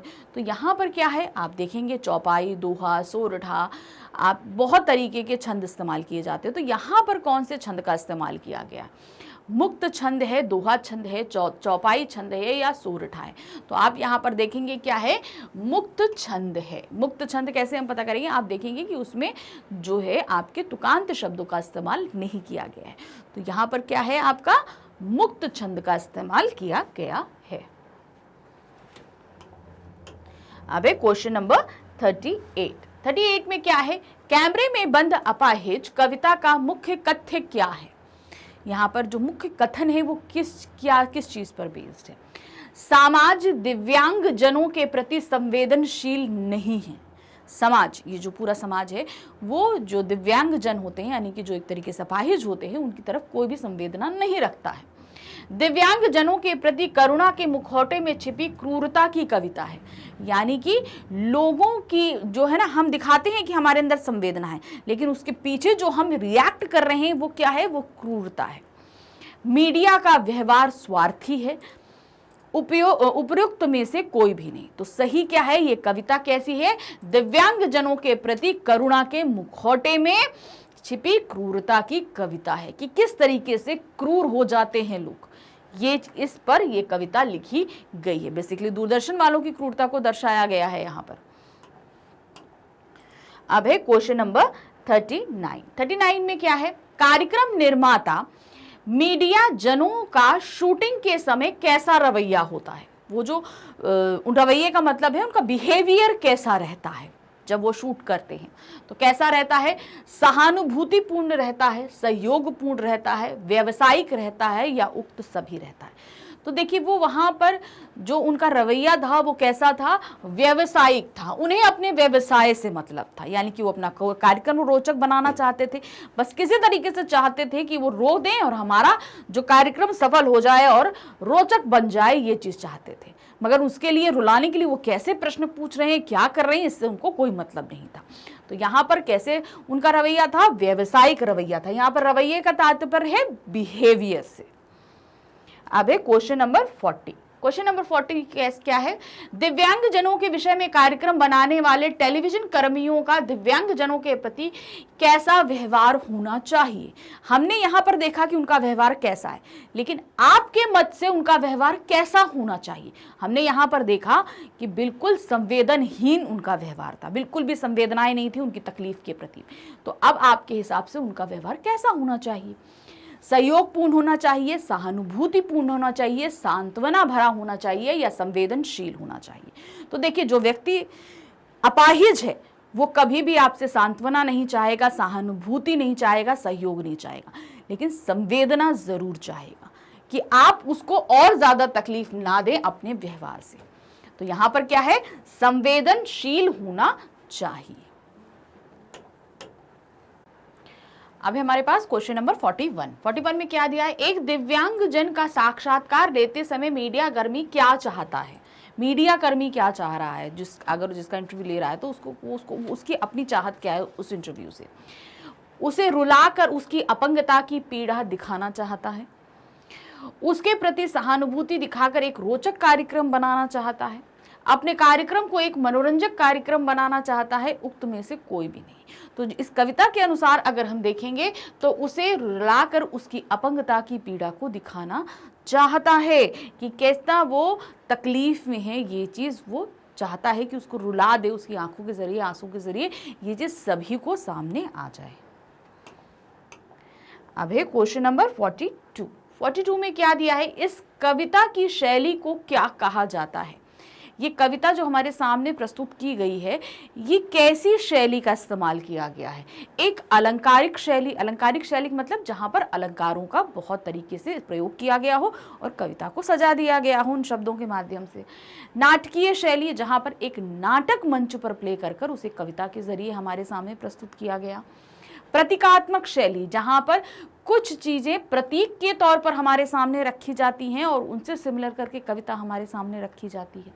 नवीन शैली प्रश्न, यानी कि जहां पर प्रश्नों के माध्यम से नवीनता लाई जाती है। लेकिन जो ये कविता हमारे सामने रखी गई है, ये कैसी है, एक नाटकीय शैली है। ठीक है, नाटकीय शैली, क्योंकि एक नाटक ही तो, एक साक्षात्कार का एक नाटक ही तो चल रहा था, जिसे कविता के माध्यम से हमारे सामने प्रस्तुत किया गया है। अब है क्वेश्चन नंबर 43 में क्या दिया है, कविता में कोष्टक में लिखी गई बातों से क्या उजागर होता है। आपने देखा कि कई जगह कविता में ब्रैकेट्स में जो है ना कुछ वर्ड्स लिखे गए। कोष्टक का मतलब क्या होता है, ब्रैकेट में जो लिखे गए हैं वो उनका मतलब क्या है। मीडिया का छिपा हुआ क्रूर चेहरा उन कोष्टकों के शब्दों के जरिए हमारे सामने आता है। मीडिया की सहानुभूतिपूर्ण व्यवहार सामने आता है। मीडिया का व्यवसायिक दृष्टिकोण सामने आता है। मीडिया की चालाकी सामने आती है। तो उन कोष्टक में लिखे गए शब्दों के माध्यम से हमारे सामने मीडिया का छुपा हुआ क्रूर चेहरा आता है कि कितना मीडिया कर्मी क्रूर हो सकता है अपने प्रश्नों के माध्यम से। अब है क्वेश्चन नंबर 44 में क्या है, पर्दे पर वक्त की कीमत है। इस कथन से मीडिया का कौन सा दृष्टिकोण उजागर हो रहा है। ये जो कथन बोला गया है, इससे मीडिया का कौन सा दृष्टिकोण सामने आता है कि वक्त की कीमत है। मानवीय दृष्टिकोण, व्यवसायिक दृष्टिकोण, संवेदनशील दृष्टिकोण, ईर्ष्यालु दृष्टिकोण। तो जब यहाँ कीमत की बात आ रही है, पैसे की बात आ रही है, तो जाहिर सी बात है कि वो एक व्यवसायिक दृष्टिकोण है, यानी कि आपका बिजनेस माइंडेड जिसको हम बोलते हैं ना। बहुत कुछ लोग बोलते हैं आप बहुत बिजनेस माइंडेड है। बिजनेस माइंडेड मतलब जहाँ पर हमें पैसा, फायदा, नफा, नुकसान, ये सारी चीजें दिखती हैं। तो यहाँ पर वक्त की कीमत दिखाए, यानी कि हमारा कीमत वक्त जा रहा है, यानी कि हमारे पैसे खर्च हो रहे हैं, फालतू का पैसा जा रहा है, तो वो चीजें दिखाई गई हैं। तो ये क्या है, व्यवसायिक दृष्टिकोण। अब है क्वेश्चन नंबर 45 में क्या दिया? रघुवीर सहाय जी को कौन सा सम्मान प्राप्त हुआ है? उन्हें कौन सा सम्मान प्राप्त हुआ? साहित्य अकादमी पुरस्कार, शलाका पुरस्कार, ज्ञानपीठ पुरस्कार या उपरोक्त सभी प्राप्त हुए हैं? तो रघुवीर सहाय जी को साहित्य अकादमी पुरस्कार प्राप्त हुआ है। अब है हमारे पास में क्वेश्चन नंबर 46। अब 46 के लिए हमारे सामने काव्यांश आया है। हम सबसे पहले उस काव्यांश को पढ़ेंगे और उस पर आधारित प्रश्नों को देखेंगे। क्या दिया है? निम्नलिखित काव्यांश को पढ़कर पूछे गए बहुविकल्पीय प्रश्नों के सही उत्तर चुनिए। क्या है? हम दूरदर्शन पर बोलेंगे हम समर्थ शक्तिवान, हम एक दुर्बल को लाएंगे एक बंद कमरे में, उससे पूछेंगे तो आप क्या अपाहिज हैं, तो आप क्यों अपाहिज हैं? आपका अपाहिजपन तो दुख देता होगा, देता है, कैमरा दिखाओ इसे बड़ा बड़ा। हाँ तो बताइए आपका दुख क्या है, जल्दी बताइए वह दुख बताइए, ब्रैकेट में बता नहीं पाएगा। तो ये एक हमारे सामने काव्यांश प्रस्तुत किया गया है। अब इसी पे आधारित प्रश्न है। क्वेश्चन नंबर है हमारे पास 46। मीडिया कैमरे के सामने किसे लाना चाहती है? किसको लाना चाहती है? किसी निर्धन को, किसी बच्चे को, शारीरिक चुनौती झेलने वाले व्यक्ति को या उक्त सभी? तो देखिए, अपंग, अपाहिज, दिव्यांगजन, शारीरिक दुर्बलता, ये जैसे शब्द एक ही व्यक्ति के लिए इस्तेमाल किए जा रहे हैं। तो ध्यान रखिएगा, अगर इनके कुछ सिमिलर वर्ड्स आते हैं तो आप कंफ्यूज नहीं होइएगा। तो यहाँ पर शारीरिक चुनौती झेलने वाले व्यक्ति को लाना चाहते हैं। अब है क्वेश्चन नंबर 47। कौन लोग स्वयं को समर्थ और शक्तिवान बतला रहे हैं? राजनेता, मीडिया कर्मी, साहित्यकार या शिक्षित जन? तो यहां पर क्या है? मीडिया कर्मी अपने आप को समर्थ शक्तिवान बता रहे हैं कि हम समर्थ हैं, हमारे सभी अंग काम कर रहे हैं, हम समर्थ हैं, शक्तिवान हैं, क्योंकि हम यहाँ दूसरों की दुर्बलता को दिखा रहे हैं, अपनी दुर्बलता को नहीं दिखा रहे। तो वो अपने आप को शक्तिवान भी मान रहे हैं। अब है क्वेश्चन नंबर 48 क्या है? मीडिया के द्वारा पूछे गए प्रश्नों से क्या झलकता है? सहानुभूति, संवेदनशीलता, संवेदनहीनता या करुणा? तो उनके पूछे गए प्रश्नों से झलकता है संवेदनहीनता, कि उनके अंदर किसी भी तरह की संवेदनाएं नहीं हैं। क्वेश्चन नंबर 49 क्या है? उक्त काव्यांश के अनुसार मीडिया की नजर में दुर्बल कौन है?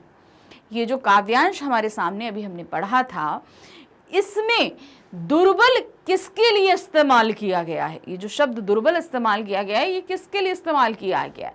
एक दिव्यांगजन के लिए, निर्धन के लिए, महिलाओं के लिए या एक निरक्षर के लिए? तो इस जो काव्यांश में है, जो आपका क्या कहते हैं दुर्बल शब्द इस्तेमाल किया गया है, वो एक दिव्यांगजन के लिए इस्तेमाल किया गया है। अब है क्वेश्चन नंबर 50। क्वेश्चन नंबर 50 में क्या दिया है? उक्त काव्यांश के शब्द प्रयोग की विशिष्टता क्या है? ये जो काव्यांश है, इसमें शब्दों के प्रयोग की विशिष्टता की क्या चीज, खासियत आपने इस काव्यांश में देखी? शब्दों के इस्तेमाल में क्या है वो खासियत? सरल शब्दावली है, कोष्ठकों का प्रयोग है, अलंकार प्रयोग है या प्रतीकात्मक है? आप मोस्टली जब कविताएं पढ़ते हैं तो कोष्ठकों का इस्तेमाल नहीं कर देखते हैं, लेकिन इस कविता में इसका इस्तेमाल है। तो यहाँ पर क्या है? कोष्ठकों का जो प्रयोग है वो इस कविता में विशिष्टता लेकर आता है, यानी कि ये कविता बिल्कुल अलग सी हो जाती। तभी इसको कोष्ठक के प्रयोग के कारण ही इसे नाटकीय शैली बोला गया है ना, इसीलिए बोला गया है। तो ये हमारा सही जवाब होगा। तो कविता है हमारी, आपको ये जो कविता कैमरे में बंद अपाहिज है, ये हम पहले पढ़ चुके हैं। तो इसमें हमने क्या देखा था कि किस तरीके से दूरदर्शन पे जो है ना, एक अपाहिज व्यक्ति को बुला के और उससे ऐसे ऐसे सवाल पूछे जा रहे हैं कि वो उससे बोला जा रहा है कि रोइए, बात करिए। तो वही सब चीज़ें हमने इस कविता में पढ़ी थी। चलिए पहले कविता देखें, फिर सार को समझेंगे।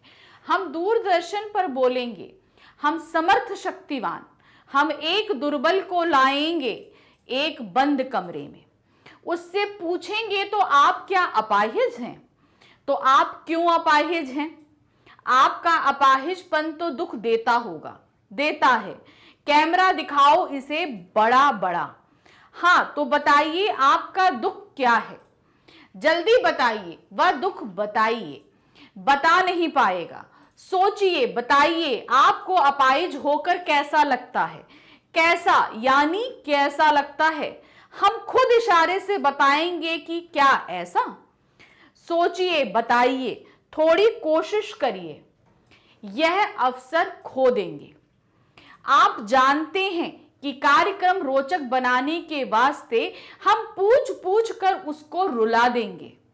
इंतजार करते हैं आप भी उसके रो पड़ने का।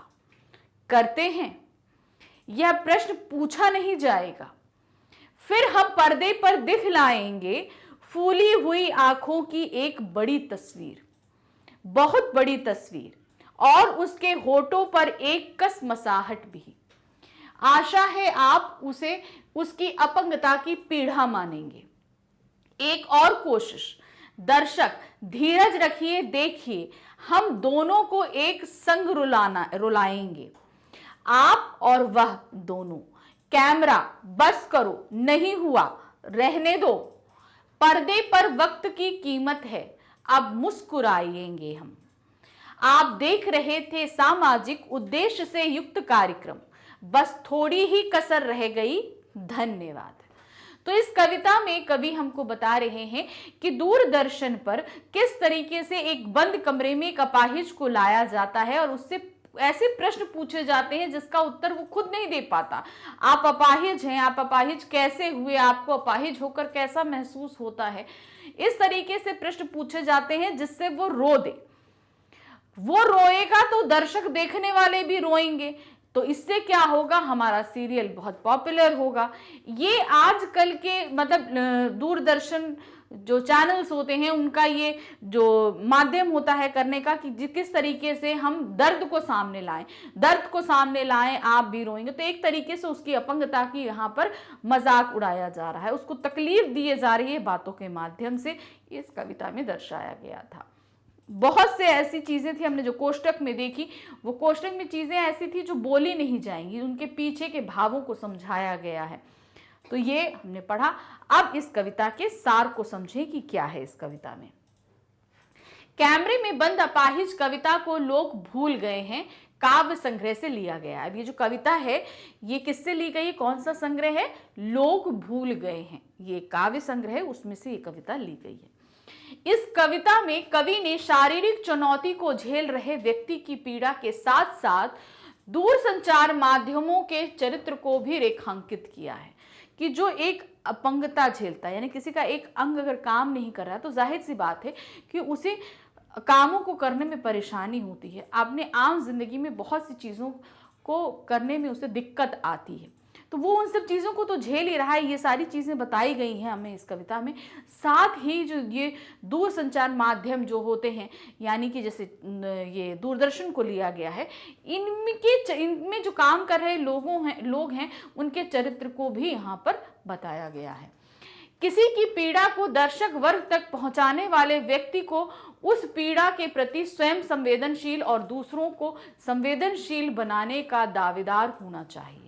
मतलब हम अगर किसी की परेशानी को आप तक पहुंचाना चाह रहे हैं तो सबसे पहले उस परेशानी के प्रति हमारी संवेदना का होना जरूरी है। मतलब हम उसकी परेशानी को समझें, ना कि उसकी परेशानी का हम मजाक उड़ाएं। यहाँ पर इन प्रश्नों के माध्यम से उस व्यक्ति की परेशानी की मजाक बनाया जा रहा था। तो यहाँ पर उनकी परेशानी के प्रति जो भी चैनल है या जो व्यक्ति है उसे संवेदनशील होना जरूरी है। आज विडंबना यह है कि जब पीड़ा को पर्दे पर उभारने का प्रयास किया जाता है तो कारोबारी दबाव के तहत प्रस्तुतकर्ता का रवैया संवेदनहीन हो जाता है। कहने का मतलब है जब इसे अब हम व्यापार के माध्यम, दूरदर्शन पे क्या है, हम व्यापार के लिए उसको लेकर आए, यहाँ पर संवेदना गायब हो जाती है। हम कोई फीलिंग नहीं, क्योंकि यहाँ व्यापार है, यानी कि हम जल्दी से बस पैसा कमाना चाहते हैं, पैसा बनाना चाहते हैं, तो हमारी संवेदनाएं कहीं गायब हो जाती हैं, ऐसा बताया है। यह कविता टेलीविजन स्टूडियो के भीतर की दुनिया को समाज के सामने प्रकट करती है, साथ ही उन सभी व्यक्तियों की तरफ इशारा करती है जो दुख, दर्द, यातना, वेदना आदि को बेचना चाहते हैं। तो यहाँ पर इस कविता के माध्यम से जहाँ दूरदर्शन के अंदर की चीज़ों को बताया है, दूसरी तरफ ये भी बताया है कि दुख दर्द को हम कैसे बेच के पैसा कमा सकते हैं, ये चीज भी बताने का प्रयास किया है। इस कविता में दूरदर्शन के संचालक स्वयं को शक्तिशाली बताते हैं। अब यहाँ से कविता का एक्सप्लेनेशन शुरू हो रहा है हमारा।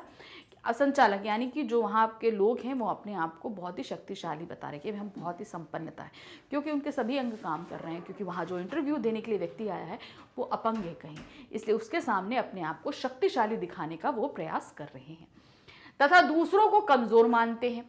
वे विकलांग से पूछते हैं, क्या आप अपाहिज हैं? आप अपाहिज क्यों हैं? आपको इससे क्या दुख होता है? ऊपर से वह दुख भी जल्दी बताइए क्योंकि समय नहीं है।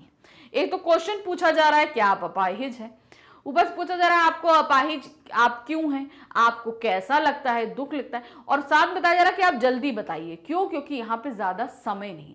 अब कोई व्यक्ति दुख में है, तकलीफ से, तो तुम ये थोड़ी ना पूछेंगे कि आप यहाँ पे, तो क्वेश्चन ही पहले तो गलत थे। फिर उसके बाद उससे बोला जा रहा है आप जल्दी जल्दी बताइए, ये चीज पूछा गया।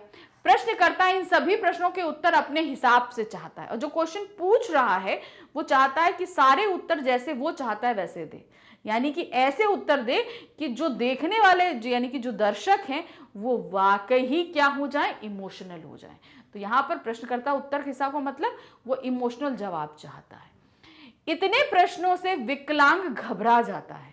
प्रश्नकर्ता अपने कार्यक्रम को रोचक बनाने के लिए उसे रुलाने की कोशिश करता है ताकि दर्शक में करुणा का भाव जगा सके। अब वो एक व्यक्ति विकलांग, उस पर इतने क्वेश्चन दागे जाएंगे तो वो क्या हुआ, घबरा जाएगा। वो घबरा गया भाई, कुछ बोल ही नहीं रहा, उत्तर ही नहीं दे रहा वो। तो अब क्या है, अब उसको और रोचक बनाना है अपना कार्यक्रम। एक तो विकलांग को लाके उसने कुछ इंटरेस्टिंग किया, अब उसको और ज्यादा उसमें इंटरेस्टिंग, तो वो क्या करता है, अपने क्वेश्चंस के माध्यम से वो ऐसा करना है कि सामने वाला व्यक्ति रो दे। वो बहुत प्रयास करता है और उस रोने से क्या होगा कि जो लोग देख रहे हैं दर्शक, उनके मन में भी क्या आ जाएगी, करुणा, वो भी रोने लगेंगे। इसी से उसका उद्देश्य पूरा होगा, अर्थात उसको ज्यादा पैसे मिलेंगे, ज्यादा टीआरपी मिलेगी, भाई ज्यादा पैसे मिलेंगे। वह इसे सामाजिक उद्देश्य कहता है, और साथ में उसे बोलता क्या है अंत में कि ये कार्यक्रम जो था वो सामाजिक उद्देश्य के लिए। एक तो आपने पूरी संवेदनहीनता दिखा दी और एंड में आप क्या बोल रहे हो कि ये क्या था, सामाजिक उद्देश्य का कार्यक्रम था। परंतु पर्दे पर वक्त की कीमत है, वाक्य से से उसके व्यापार की पोल खुल जाती है। अंत में जो वो बोलता है ना कि भाई पर्दे पर वक्त की कीमत है, तो इससे समझ में ये आता है कि ये सामाजिक उद्देश्य का कार्यक्रम नहीं, ये एक व्यापार था जो खेला जा रहा था। तो ये कविता का हमारा सार था। अब इसी कविता पे आधारित हम प्रश्न को देखते हैं। ये वो प्रश्न हैं जिनको हमने अभी तक नहीं सॉल्व किया, हमने नहीं देखा। हमने एनसीईआरटी सॉल्यूशन के जो क्वेश्चंस किए थे वो हमारे अलग थे, ये हमारे अलग है। तो चलिए देखिए क्या है ये। प्रश्न संख्या 1 है, कार्यक्रम को सफल बनाने के लिए प्रश्नकर्ता क्या सोचता है। कार्यक्रम को सफल बनाना है कि मतलब बहुत पॉपुलर हो, बहुत सारे लोग ले, तो इसके लिए जो क्वेश्चन पूछ रहा है व्यक्ति यानी प्रश्न कर रहा है वो क्या करता है। प्रश्नकर्ता सोचता है यदि अपंग व्यक्ति के साथ साथ दर्शक भी रो देंगे तो उसकी सहानुभूति हमारे चैनल को मिल जाएगी, तब हम इसी प्रकार के और कार्यक्रम दिखाया करेंगे जिस कारण हमें खूब फायदा मिलेगा। हमारा चैनल दिन दुगनी रात चौगनी तरक्की करता जाएगा। लोग हर समय हमारे चैनल को देखेंगे। तो वो क्या करता है, वो ये चाहता है कि अगर ये अपाहिज व्यक्ति रोक दे तो वो इसको देखने वाले दर्शक रो देंगे। जब रो देंगे तो सभी हमारे, अब इस तरीके का कार्यक्रम अगर प्रचलित हो जाएगा तो हम आगे और भी कार्यक्रम बनाते रहेंगे और हर समय लोग हमारे चैनल को देखते रहेंगे। इससे हमारा क्या होगा, चैनल पॉपुलर होगा, हमें बहुत ज़्यादा अर्निंग होगी, बहुत सारा पैसा मिलेगा। ऐसा जो है वो प्रश्नकर्ता सोचता है। प्रश्न संख्या 2 है, प्रश्नकर्ता अपाहिज व्यक्ति को उसके अपाहिजपन का एहसास क्यों दिलाना चाहता है। जो क्वेश्चन करने वाला व्यक्ति है ना, वो उस अपाहिज व्यक्ति को उसके अपाहिजपन का एहसास क्यों, मतलब ये आप अपाहिज हैं इस चीज का एहसास वो क्यों कराना चाहता है, क्या कारण है। तो क्या है, प्रश्नकर्ता चाहता है कि वह रो दे ताकि उसका रोना देखकर लोगों में करुणा जग उठे। यदि ऐसा हो गया तो कार्यक्रम निश्चित रूप से सफल हो जाएगा। इसलिए वह अपाहिज व्यक्ति को उसके अपाहिजपन का एहसास दिलाता है। तो क्यों दिलाना चाह रहा है, भाई हमारी अगर कोई कमी हमसे उजागर करेगा तो हमको क्या होगा, हमें रोना आएगा ना, हमें तकलीफ होगी। तो वो अपाहिजपन का एहसास दिलाकर उसको रुलाना चाह रहा था ताकि उसका कार्यक्रम पॉपुलर हो और वो आके और ऐसे कार्यक्रम बनाए तो जिससे उसको सफलता प्राप्त हो, हर समय हर जगह उसके चैनल की चर्चा हो, लोग उसके चैनलों को देखें, तो इससे उसका व्यापार बढ़ेगा, उसको सफलता प्राप्त होगी, प्रसिद्धि प्राप्त होगी। इसलिए वो जो है अपाहिज को अपाहिजपन का एहसास दिलाता है, बार बार उसको इस चीज़ को वो करता है कि नहीं आप अपाहिज हैं, अपाहिज हैं, आपको कैसा लगता है, आप क्यों अपाहिज हैं, आपको क्या तकलीफ है, इसको बताइए, ये सब चीज़ें वो करना चाहता है। प्रश्न संख्या 3 है, कवि ने किस क्रूरता का चित्रण किया है? इस कविता में कवि ने किस प्रकार की क्रूरता का चित्रण किया है? जाहिर सी बात है, क्या क्रूरता, एक अपाहिज के ऊपर क्रूरता तो दिखाई जा रही है दूरदर्शन वालों की। क्या है, इस कवि ने इस कविता के माध्यम से मानवीय क्रूरता का चित्रण किया है कि एक मानव दूसरे मानव पर किस तरीके से क्रूरता कर रहा है, अपने प्रश्नों के अपनी बातों के माध्यम से वो क्रूरता हो रही है। वह क्रूरता जो करुणा के मुखौटे में छिपी है, यही मुखौटा ओढ़कर टीवी वाले अपाहिज तक का मजाक उड़ाते हैं, उनसे झूठी सहानुभूति रखते हैं, उससे ऐसे ऐसे प्रश्न पूछते हैं कि मानवीयता भी शर्मसार हो जाए। तो यहाँ मानवीय क्रूरता मतलब अपने प्रश्नों के माध्यम से उस अपाहिज व्यक्ति पर क्रूरता करी जा रही है। और ये सब चीज़ें आजकल के चैनल में तमाम हो गई हैं। आप अपाहिज को लाइए, लोगों को इमोशनल करिए, अपनी टीआरपी बढ़ाइए, तो ये क्रूरता क्या है? मानवीय क्रूरता, जो आपके बातों मानवों द्वारा ही करी जा रही है, मगर फिजिकली नहीं है, ये मेंटली तौर पर काम हो रहा है। प्रश्न संख्या 4 है, यह अवसर खो देंगे पंक्ति से क्या आश्रय? एक पंक्ति आई ना बीच में, आप यह अवसर खो देंगे, तो ये क्यों बोला जा रहा है? तो वो जो प्रश्न करता है वो अपाहिज से पूछ रहा है, उसने कई प्रश्न पूछे, मगर जो अपाहिज था वो किसी भी तरह का जवाब नहीं दे रहा था, वो चुप था क्योंकि उस तरीके के प्रश्नों से घबरा गया था। तब वो व्यक्ति बोलता है कि आप ये जो अवसर खो देंगे, अर्थात अपनी बात, अपने अपाहिजपन को सब लोगों तक पहुंचाने का जो अवसर है दूरदर्शन के माध्यम से आप खो देंगे, आप दोबारा नहीं कह पाएंगे। तो यहाँ पर क्या है, प्रश्नकर्ता अपाहिज व्यक्ति से कई तरह के प्रश्न करता है। यह उससे पूछता है कि आपको अपाहिज होकर कैसा लगता है, इस प्रश्न का उत्तर सोचकर बताइए। यदि आपने इस समय इस प्रश्न का उत्तर नहीं दिया तो आप लाखों दर्शकों के सामने अपना अनुभव बताने का सुनहरा अवसर खो देंगे। अर्थात आप क्यों अपाहिज हैं, आपको अपाहिज होकर कैसा लगता है, क्या चीज़ें जो प्रश्न पूछे, अगर आप इसका उत्तर नहीं देंगे तो ये जो इतने सारे लोग आपको देख रहे हैं उन तक आप अपना अनुभव, अपनी बातें नहीं बता पाएंगे। तो अर्थात उनका कहने का मतलब ये था कि आप अपनी बातों को जल्दी जल्दी बताइए ताकि सब दर्शकों तक, सभी तक उनकी बात पहुंच सके। तो ये हमारा चैप्टर का जो रिवीजन था यहाँ पर खत्म होता है, हमारी कविता यहाँ पर ही खत्म होती है। तो ये जो हम कंप्लीट चैप्टर रिवीजन आपको करा रहे हैं, ये आपके लिए सिर्फ हिंदी में ही नहीं, आपके सभी सब्जेक्ट में अवेलेबल है। तो आप इस तक पहुँचेंगे कैसे? तो इसके तक पहुंचने के लिए आपको आना होगा हमारे चैनल magnetsbrain.com पे।